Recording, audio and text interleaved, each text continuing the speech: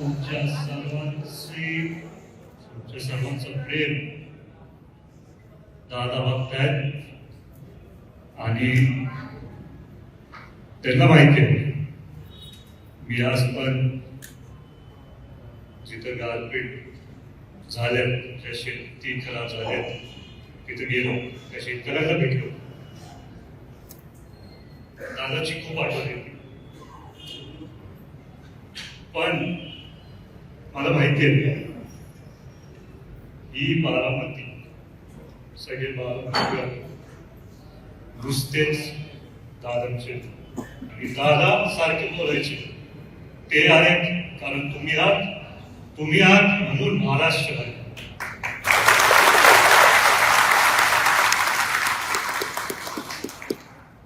आज मला तुम्हाला सर्वांना एक विनंती करायची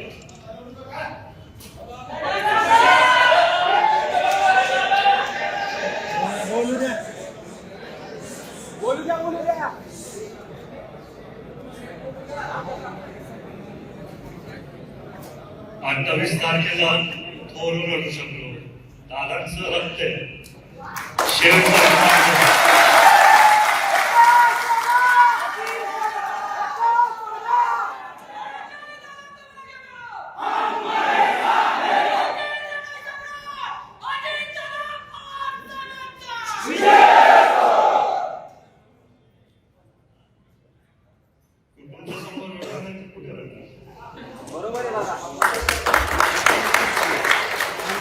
तर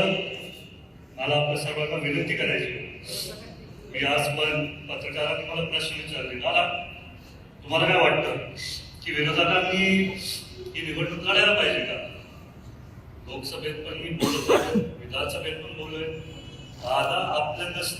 नसतील पण आपल्या हृदयामध्ये आहेत सगळे गुण आपल्या सर्वांमध्ये आहेत त्याच्यामुळे मी त्यांना बोललो सगळ्यांनाच लढायचा अधिकार आहे पण बारामतीकरांनी ठरवलेलं आहे आधी पण ठरवलेलं आता पण ठरवणार भविष्यात पण ठरवणार कारण अनेक वर्षापासून दिसत आहे त्या आदरणीय दादांमुळे पवार साहेबांमुळे मी तुम्हाला माहिती आहे सगळ्या निवडणुकीत पूर्ण पवार कुटुंबांचा उल्लेख केला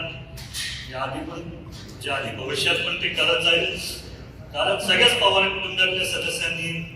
बारामतीच्या सगळ्याच कुटुंबातल्या सदस्यांनी एकत्रित येऊन काम केलं राजेंद्र काका असू द्या सुप्रताई असू द्या पवारसाहेब आहेत श्रीनिवास काका असू द्या दादांचं तर सगळ्यांना कायमच दिसत आलं आजपर्यंत सुनेत्रा वहिनी असू द्या त्यातल्या त्यात तुम्हाला सगळ्यांना एक सांगू इच्छितोय की आमच्या पिढीतल्या म्हणजे रोहित दादा मी आमच्या पिढीतला मीच होतो पहिल्यांदा त्यांनी प्रचार केला 2014 मध्ये तेव्हा त्या काळात पण